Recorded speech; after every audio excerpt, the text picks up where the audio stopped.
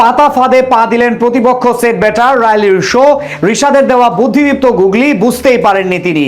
সাথে বল হাতে অভিষেক ম্যাচেই দেখান মুন্সিয়ানা। টাইগার লেগ স্পিনারের পারফরমেন্স দেখে মুগ্ধ পুরো পাকিস্তান ক্রিকেটের ভক্তরা।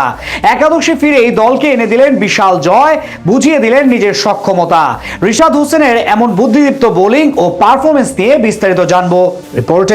আগের বলে ধারাভাষ্যকাররা বলছিলেন রিশাদ রাইলি রুশোর বিপক্ষে কৌশলী বোলিং করেছে।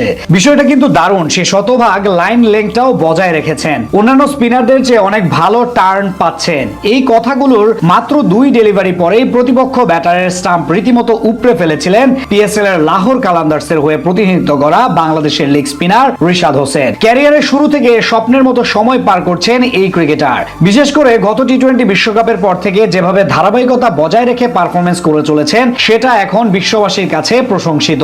তার বরাতে দিন দিন ফ্র্যাঞ্চাইজি টুর্নামেন্টে হট কেক হিসেবে পরিচয় লাভ করছেন রিশাদ, যার ফলস্বরূপ বিগ ব্যাশ গ্লোবাল টি-20 লিগের মতো টুর্নামেন্ট থেকে ডাক আসে তার। কিন্তু এনওসি জটিলতায় সেখানে যেতে না পারলেও এবার পিএসএল এ খেলার অনুমতি পেয়েছেন টাইগার জাতীয় দলের একমাত্র লেগ স্পিনার। যেখানে প্রথম ম্যাচে সাইড বেঞ্চে থাকলেও আজ ছিলেন লাহোর কালান্দার্সের সেরা একাদশে। সেখানেই নিজের স্পিন জাদু দেখান রিশাদ হোসেন। আজ তার দল আগে ব্যাট করে 219 রানের বিশাল পুঁজি পায়। ব্যাট হাতে অবশ্য মাত্র একটি বল মোকাবেলা করার সুযোগ পেয়েছিলেন তিনি, থেকেছেন অপরাজিত।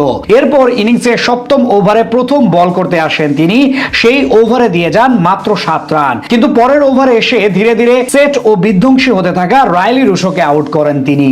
সেখানে দেখান নিজের মাথার দারুণ বুদ্ধির খেলা। 7ম ওভারে প্রথম 3টি ডেলিভারি রিশাদ করেন গুড লেংথে, যেগুলো অফ স্টাম্পের বাইরে ঝুলিয়ে দেন, যার ফলে ব্যাটার সিঙ্গেল নিয়ে সন্তুষ্ট থাকেন। এরপর চতুর্থ বলটি করে ফেলেন শর্ট অফ লেংথে, সেখান থেকে মিড উইকেটের উপর দিয়ে বিশাল ছক্কা হজম করেন তিনি। কিন্তু রাইলি রুশোর বিপক্ষে ঠিক পরের ডেলিভারিটা ছাড়েন গুগলি এবং সেটা রাখেন একটু সামনে, যার বিপক্ষে স্লগ সুইপ করতে গিয়ে লাইন মিস করে ফেলেন রুশো। ফলাফল ডিরেক্ট বোল্ড। মূলত আগের বলটা দিয়ে পরখ করে নিয়েছিলেন ব্যাটারকে, আর পরের বলটা সামনে রেখে ব্যাটারকে বোকা বানান রিশাদ। এরপর 13তম ওভারে আরো একবার আক্রমণে আসেন রিশাদ হোসেন। সেখানে প্রথম বলে লেগ ব্রেক দিয়ে আকিল হোসেনকে বোকা বানিয়ে ডিরেক্ট বোল্ড করেন তিনি।